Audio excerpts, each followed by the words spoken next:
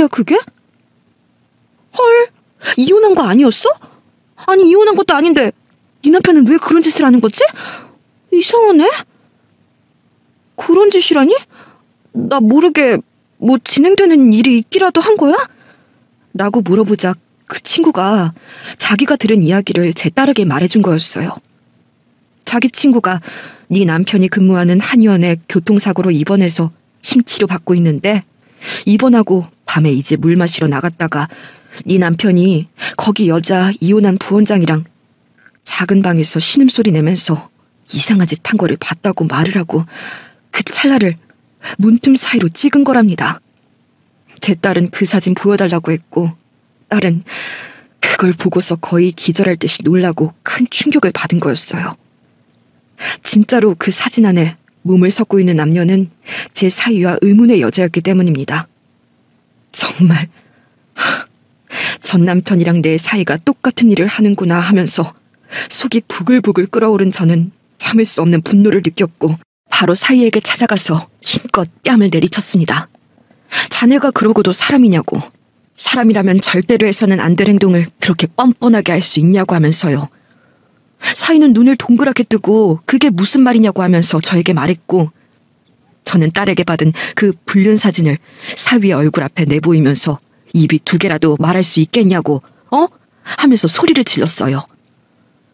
사위는 어떻게 이 사진을 하면서 고개를 푹 숙인 채 그렇게 되었다고 그냥 딸 잃은 슬픔을 동료들과 나누다가 갑자기 이상한 감정이 느껴지고 이게 사랑이란 것을 알아서 도덕적으로 어긋난 짓을 했다고 실토하더라고요. 진짜 허망하고 어떻게 이럴 수 있지 하면서 살기가 싫어졌습니다. 저는 그냥 냅다 사위의 뺨을 갈겼고 사위는 죄송하다고 이혼하겠다고 하면서 자리를 떴습니다. 제 딸과 사위는 이혼했지만 제 딸은 그 이후로 큰 충격을 받았어요. 그래서 우울증 약도 막 죽겠다고 시도도 하고 심각했습니다. 저는 엉엉 울면서 내가 너 없으면 어떻게 사냐고 제발 살아만 있으라고 시간이 해결해 줄 거고 너의 그 달고 다른 마음도 다 치유해서 낫게 해줄 거라고 위로를 해 주었지만 그 위로는 소용이 없었지요. 새벽에 이상하게 눈이 번쩍 떠져서 불안한 마음에 핸드폰을 보았더니 딸이 문자를 하나 남겨둔 겁니다. 엄마 미안해. 나 이미 지쳤나 봐. 내일 해가 뜨는 게 무섭고 더 이상 하늘을 보고 싶지 않아. 더 이상 세상의 공기를 마시고 싶지 않아. 이런 나를 이해해주고 사랑해줘서 그동안 고마웠어. 라고 써 있었어요. 이건 누가 봐도 유서였습니다. 제발 안 돼 딸아 하면서 저는 바로 경찰서에 신고했고 경찰서에는 위치 추적을 통해서 딸의 핸드폰이 낙동강 모습지 근처에서 위치가 잡힌다고 거기 관할서에 사람 보내서 바로 찾아보겠다고 했어요. 시간은 흘렀고 하루, 이틀, 3일이 흘러도 딸은 보이지 않았습니다. 제발 실종된 거라고 말해달라고 우리 딸이 죽은 게 아니라 실종된 거라고 하면서 저는 희망을 걸었습니다. 그런데 경찰의 수색 중 낙동강 습지 쪽에서 제 딸의 신발을 발견한 겁니다.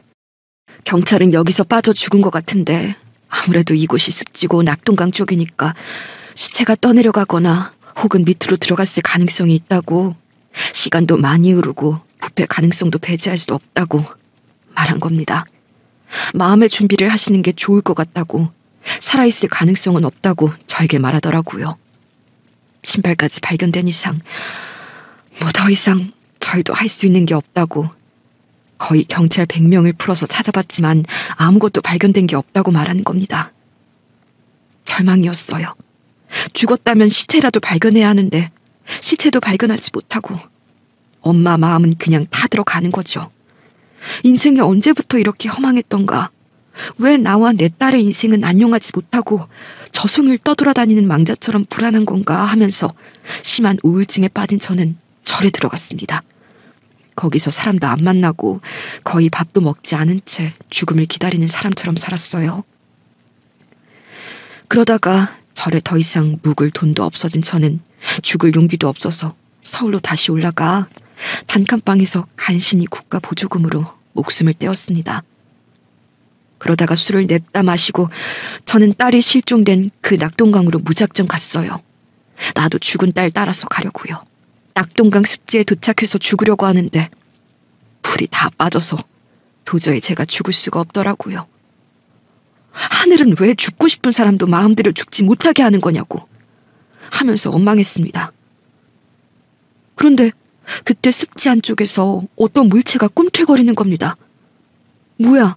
하면서 자세히 가보니까 아니, 웬 여자가 그 안에서 허우적거리고 있더라고요. 아니, 거기서 뭐 하는 거예요? 하면서 저는 그 습지를 냅다 뛰어서 그 여자에게 다가갔어요. 저를 본 그 여자는 나 죽을 거라고! 하면서 소리를 지르더라고요. 뭐야 싶었던 저는 아니라고, 죽으면 안 된다고, 무슨 일이 있는지 잘 모르겠는데 우리 같이 힘내서 살면은 안 되냐고 막 그녀를 잡아서 당겼어요. 그녀는 얼마나 힘이 세던지 제 손에 뿌리치고 더 깊은 물가 습지로 뛰어들길래 저는 큰 소리로 여기 사람 살려요! 사람 죽으려고 해요! 제발 살려줘요! 하면서 냅다 질렀습니다. 그때 길을 지나가던 그 동네 이장인지 뭔지 아는 사람이 저희를 발견하고 몸을 던져서 그 여자를 저와 함께 끌어냈어요. 이장은 그 여자를 보자마자 한숨을 푹 쉬고 아이고, 가까스로 그 지옥 구덩이에서 탈출하면 악착같이 살아야지. 살겠다고 우리 동네 온 거 아니요? 라고 하더라고요. 저는 이 여자에게 무슨 일이 있었냐고 물어보았고 이장은 이 여자가 고아 출신에 열심히 살다가 사업을 망한 이유로 우리 동네에 들어오게 되었다고, 그때까지만 해도 멀쩡했는데 약간 조현병 증상이 오더니 사람이 왔다 갔다 하는 것 같아서 동네에 살고 있던 정신과 의사에게 이 여자에 대해 말해주고 그 정신과 의사가 그녀를 데리고 자기 병원으로 갔다가 거기서 강제 감금을 했다고 하는 겁니다. 그러니까 무연고자니까 그 여자 자기 병원에 입원시키면 건강관리공단에서 나오는 돈을 받을 수 있으니까 입원이 필요 없는데도 입원을 시킨 거죠. 그 여자는 세상에 믿을 사람 한 명 없다고 크나큰 배신감을 느껴서 마음이 찢어질 듯이 아파하면서 행동을 하다가 결국 자기 스스로 그 병원에서 탈출한 거랍니다. 그 여자 그 의사에 대해서 신고를 했지만 이미 손 쓸 수 없게 다 막아놓아서 그 의사는 처벌을 받지 않았대요. 그 동네에서 그 의사는 이사만 가고 그 여자는 그 동네에 다시 들어가게 되었는데 트라우마가 생긴 거인지 그냥 더 이상 삶의 의지가 없다고 이장님한테 상담을 받다가 낙동강에 몸을 던지려고 하다 그때 저에게 발견된 거고요. 저는 마음이 너무나 아팠습니다. 이 험한 세상에서 정말 풍파 하나 없이 사는 게 얼마나 힘들까 하면서 눈을 꼭 감았어요. 제 친딸이 생각나더라고요. 저는 그 여자에게 제 친딸의 사진을 보여주며 말했습니다. 내 딸도 똑같이 힘들어하다가 이 낙동강에서 몸을 던졌어. 시체도 못 찾고. 아이고, 정말 너무 슬프네. 신발만 낙동강에서 발견되었는데 나는 시체를 못 찾아서 우리 딸이 살아있는지 죽은지 아직도 모르겠어. 그런데 이런 자식 잃은 엄마도 사는데 이쁘고 젊고 아직 가능성이 무궁무진한 아가씨가 왜 허망하게 죽으려고 하냐고 막 다그쳤습니다. 그런데 제 딸의 사진을 본 그 여자 엄청 토끼 눈을 뜨면서 이 여자 내 옆병실에 있었던 여자인데? 자기는 정상인인데 여기 왔다고 뭐지 하면서 저에게 말하는 겁니다. 저는 너무 놀랐죠. 아니, 내 딸이? 설마 하면서 그 병원 어디냐고 저는 물었고 그 여자가 병원 이름을 말해준 순간 쎄한 기분이 들었어요. 그 안에 그럼 내 딸이 감금되어 있을 가능성이 있겠구나 하면서 미친 사람처럼 거기 무작정 찾아가려고 했습니다. 그런데 이장은 그 병원 우리 동네에 살았던 의사놈이 운영하는 곳인데 쉽지 않을 거라고, 일단 내가 그놈이랑 친분이 있으니 그놈의 병원을 찾아가서 내부를 보겠다고, 그리고 그쪽 딸을 찾아보겠다고 하면서 말한 거였어요. 저는 그래주면 감사하겠다고 했고 이장님은 그 병원에 갔습니다. 얼마나 지났을까요? 이장님이 저에게 사진 한 장을 보내주는데 그 사진은 방 안에 누워있는 제 딸의 모습이었습니다. 순간 손이 바들 떨린 저는 이 여자 내 딸 맞다고, 목에 붉은 점 저거 내 딸이라고 하면서 말했습니다. 와, 정말 소름이 끼쳤어요. 저는요, 세상에 무슨 일이야 이게 하면서 무어라 말할 수 없는 감정이 올라오면서 바로 저는 형사들에게 전화했습니다. 실종신고 처리된 내 딸 발견한 것 같다고 하면서요. 경찰들은 그게 무슨 소리냐고 저에게 추가적인 설명을 요했고 저는 경찰에게 이 모든 것을 말했습니다. 사실을 알게 된 경찰은 기함을 지를 정도로 놀랐고 바로 수사 들어가겠다고 하면서 그 병원으로 출동을 한 거였어요. 경찰이 병원에 왔으니 병원장은 아무것도 못하고 결국 문을 열어주었고 그 안에서 죽은 줄 알았던 내 딸이 발견된 겁니다. 이게 어떻게 된 일인가 했더니 낙동강에서 진짜 죽으려고 했던 제 딸이 거기에 몸을 던진 거였어요. 겉으로는 물이 깊어 보이는데 그곳이 습지라서 거의 몇 센치 안 되는 깊이에 진흙이 깔려 있었던 거고 제 딸은 죽지 않고 신발이 빠진 채로 허우적거리고 있었던 거지요. 그때 제 딸 무진장 술을 많이 먹었고 인사불성인 상태라서 본인 이름도 모두 아무것도 기억하지 못하는 상태에서 제 딸을 발견한 그 미친 정신과 의사가 자기 병원으로 무연고자인 줄 알고 끌고 간 겁니다.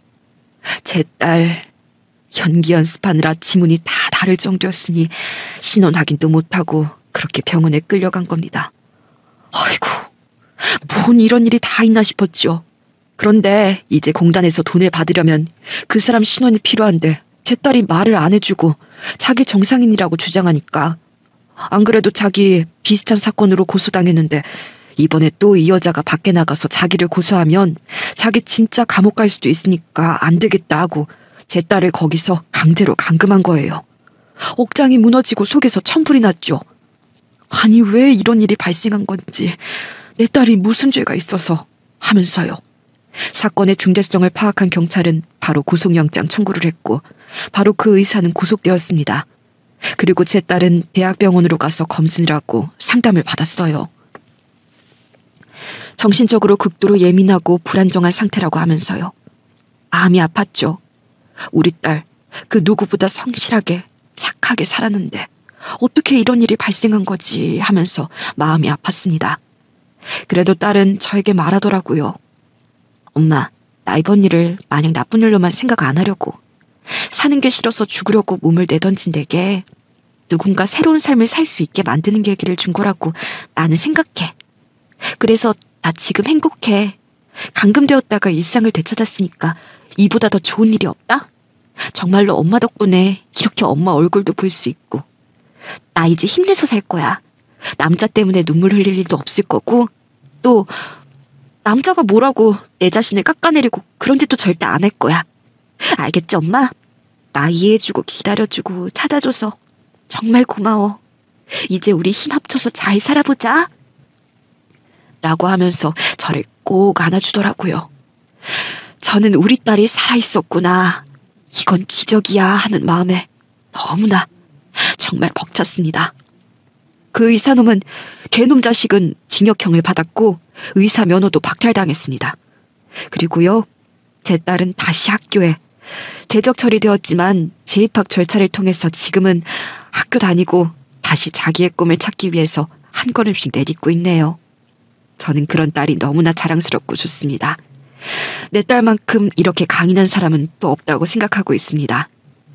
그럼 저의 이야기를 들어주셔서 정말 너무나 감사합니다. 사람은 모두 다 소중해요. 죽지 않고 살 가치가 있습니다. 제발 죽기 전에 딱 한 번만 더 당신에게 조금이라도 사랑을 준 그 존재들을 생각해 주세요. 당신은 소중합니다. 그러니까 안 좋은 생각하지 말고 우리 손잡고 다시 한번 일어나 봐요.